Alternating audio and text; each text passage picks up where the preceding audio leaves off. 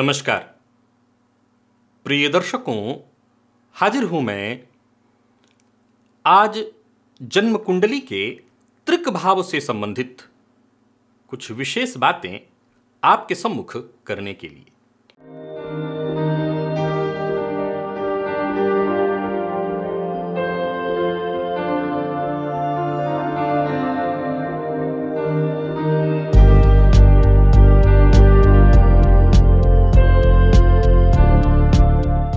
प्रिय दर्शकों, सबसे पहले आज ये जान लीजिए कि मजबूत या बलवान कुंडली हम किसे कहते हैं।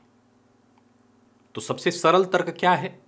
जिस कुंडली का लग्नेश बलवान हो, लग्नेश षड्बल में बली हो, लग्न पापकर्तरी योग में न हो, लग्नेश पापकर्तरी योग में न हो, लग्न और लग्नेश पर एक से अधिक पापक ग्रहों की दृष्टि भी लग्न और लग्नेश को कमजोर बना देती है, लग्नेश त्रिक भाव में न हो, यानी ये सभी स्थितियां जन्म कुंडली में न हो, तो लग्नेश के आधार पर प्रथम दृष्टया हम कहेंगे कि यह जन्म कुंडली मजबूत है। प्रिय दर्शकों, वहीं अगर थोड़ा हम और आगे बढ़कर के देखें तो कुंडली में द्वितीय भाव है, चतुर्थ भाव है, पंचम भाव, सप्तम भाव, नवम भाव। ये भाव यदि मजबूत है तो इन भावों के स्वामी अंश बल में बली हैं, तो भी हम जन्म कुंडली को मजबूत जन्म कुंडली कहेंगे। प्रिय दर्शकों, जन्म कुंडली में दसम भाव का स्वामी अगर बलवान हो तो जातक कार्यक्षेत्र में अवश्य ही सफलता प्रदान करता है, यानी ऐसी स्थिति हो कुंडली में तब भी हम जन्म कुंडली को मजबूत कुंडली मानेंगे। परंतु आज जिस विषय पर चर्चा करने के लिए मैं उपस्थित हुआ हूं उसे जरा समझने की आवश्यकता है। प्रिय दर्शकों, पूर्व में राशिफल में इस विषय की मैंने चर्चा की थी। देखा जाए तो ऐसे जातक जो अपने जीवन काल में बेहद सफल हैं, कम अवस्था में ही जिन्होंने विशेष सफलता हासिल कर ली, जिन्होंने विशेष धन अर्जित किया, उनकी कुंडली की कहानी थोड़ी अलग है। अगर उनकी कुंडली की हम चर्चा करें, सबसे पहले तो मैं बता दूं कि जो बलवान कुंडलियां दिख रही हैं, जैसे कि मैंने इन कुंडलियों की चर्चा की, इस तरह की कुंडलियों वाले जातकों के पास अगर ऐसी कुंडली दिखाई पड़ रही है तो संभव है कि उनके पास धन हो, उनके पास सुख सफलता से संबंधित चीजें हों। लेकिन एक बात तय जानिए, ऐसे जातक अत्यंत बली नहीं हो सकते, या यूं कहें कि अपने समाज में, जीवन में वो विशेष सफल उतने नहीं हो सकते। कहीं ना कहीं एक सीधी सी बात है कि प्रारब्ध के चलते, भाग्य के चलते आपको बैठे बिठाए चीजें मिल जाए वो, और एक स्वतः आपने उत्पन्न किया हो, उसमें अंतर है। प्रिय दर्शकों, आज आपको एक सूत्र बताने जा रहा हूं।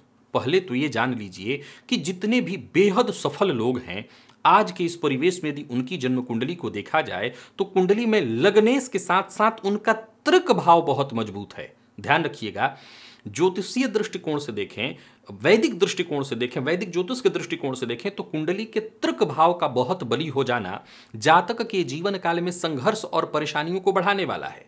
लेकिन मैं सदैव समझाता रहा हूं आपको कि आज के इस परिवेश में ज्योतिष की जो परिभाषा है वो थोड़ी अलग है। आज के इस परिवेश में हम जन्म कुंडली का अध्ययन केवल और केवल भौतिक सुखों के विचार हेतु कर रहे हैं। वहां देखा जाए तो जन्म कुंडली में त्रिक भाव का बली होना, मैंने जितनी भी ऐसी कुंडलियां देखी जहां जातक अपने जीवन काल में विशेष सफलता हासिल किए हुए हैं, उसमें कहीं कोई दो मत नहीं कि लग्नेश मुझे हर कुंडली में बली दिखा। लग्नेश का बली होना मतलब है जातक के अंदर वो चाहत होना, महत्वाकांक्षा होना। प्रिय दर्शकों, बिना महत्वाकांक्षा के इंसान सफल नहीं हो सकता। इसके साथ साथ मैंने देखा कि जन्म कुंडली के त्रिक भाव 6, 8, 12, अब जरूरी नहीं है कि तीनों के तीनों, लेकिन इसमें से कोई भी एक दो बली हैं, तब भी जातक अपने जीवन काल में विशेष सफल दिखाई पड़ेगा। लेकिन उससे भी ज्यादा जरूरी है, आज जिस सूत्र को मैं बताने जा रहा हूं वह है कुंडली का पंचम और षष्ठ। जी हां, जिन कुंडलियों में ये दोनों भाव बली हैं, लग्नेश और लग्न के साथ साथ, ये कभी मत भूलिएगा, लग्न का बली होना हर कुंडली में मायने रखता है।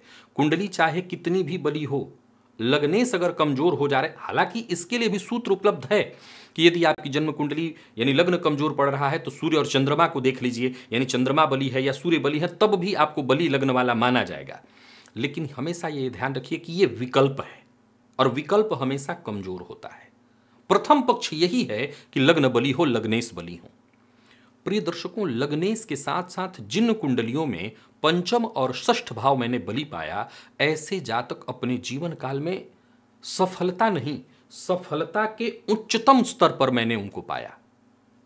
मैंने पूर्व में एक सूत्र आपको बताया था कि जन्म कुंडली के जितने भी ऐसे लोग हैं जो बेहद सफल हैं, उनकी कुंडली के पंचम भाव को देखिए।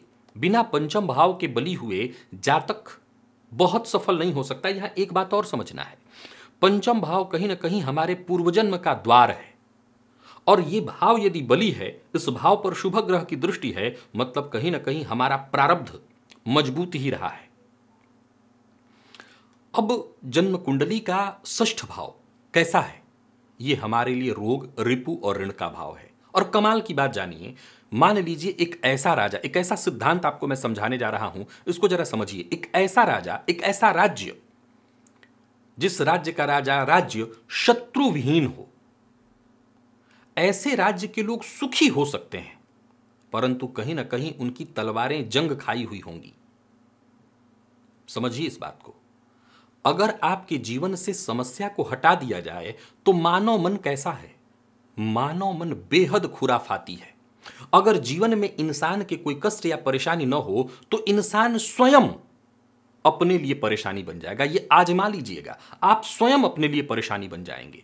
प्रिय दर्शकों, जन्म कुंडली का षष्ठ भाव, इस भाव के बली होने से, इस भाव के भावेश के बली होने से जीवन में संघर्ष और परेशानी की स्थिति बनी रहती है, और यही परेशानी हमारे तलवार को कभी जंग नहीं लगने देती।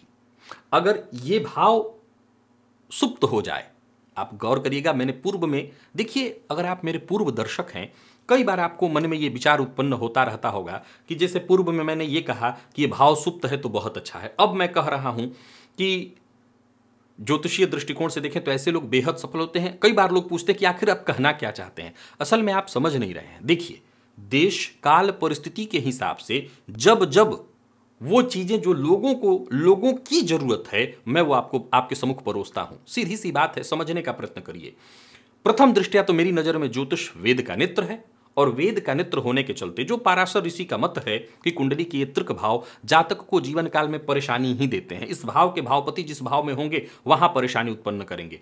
विशेष करके जन्म कुंडली का षष्ठ भाव, इस भाव को सबसे बुरा भाव कहा गया है। इस भाव के स्वामी जिस भाव में जाकर के बैठेंगे उस भाव की परेशानियां बढ़ा देंगे। ये बात सत्य है।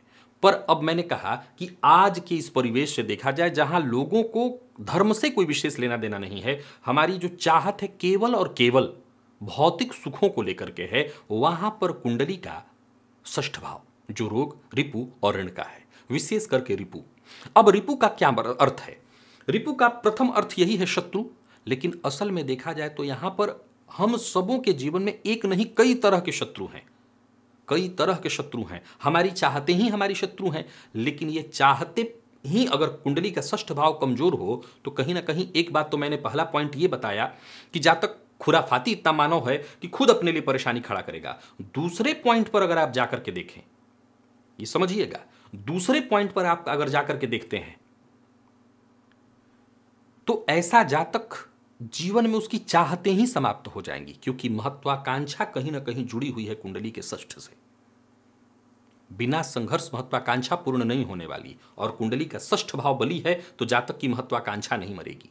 और जन्म कुंडली के, मैं षष्ठ की बात कर रहा हूं, वैसे अष्टम और द्वादश की भी बात लेकर के चलिए, लेकिन जन्म कुंडली का षष्ठ भाव, मैंने जितनी भी कुंडलियों को देखा जो बहुत बड़े लेवल पर जिन्होंने धन अर्जित किया है, और विशेष करके मैं उन लोगों की बात कर रहा हूं जो एक सामान्य परिवार से, गरीबी से निकल करके बहुत आगे बढ़े हैं, उनकी कुंडली के तीन भाव मुझे बहुत मजबूत दिखाई पड़े। अब जरा गौर करिए, किसी कुंडली में या तो यही तृक भाव बली पड़ जाते हैं तो जातक के जीवन काल में संघर्ष, किसी की कुंडली में भाव केवल और केवल अच्छे हो जाएं। मैंने यही सूत्र समझाया था कि समझ लिए कि कुंडली के सभी तृक भाव कमजोर पड़ जाएं, इनके भावेश कमजोर पड़ जाएं, तब तो जातक का जीवन बहुत सुखद हो जाएगा। जवाब है नहीं, उसका जीवन औसत दर्जे का हो जाएगा, यानी वो इतना सुख अर्जित कर लेगा कि बस चैन से खा पी सो सके। एकदम बेहतर ढंग से सफल हो सके, वो तभी संभव है जब जन्म कुंडली का पंचम अर्थात बुद्धि का भाव और षष्ठ अर्थात जोखिम का भाव, बिना जोखिम लिए, बिना बुद्धि लगाए जातक सफलता के सर्वोच्च शिखर पर कभी पहुंच ही नहीं सकता। तो आगे से जब भी कोई जन्म कुंडली का अध्ययन करिए, यदि कुंडली के ये 3 भाव आपको मजबूत दिखाई पड़ रहे हैं, याद रखिए। अब मान लीजिए लग्नेश कमजोर है पर षष्ठेश बहुत बली है, तब भी जातक के जीवन काल में संघर्ष बना रहेगा, वो सफल नहीं होगा।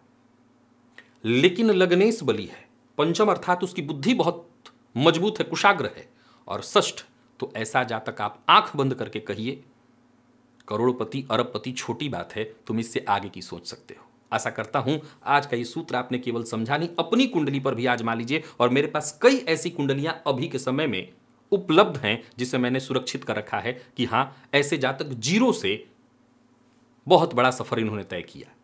आज के लिए बस इतना ही, इजाजत दीजिए, पुनः मुलाकात होगी। और इस सूत्र को अपनी जन्म कुंडली पर, औरों की कुंडली पर घटा करके देख लीजिए। तब तक के लिए नमस्कार।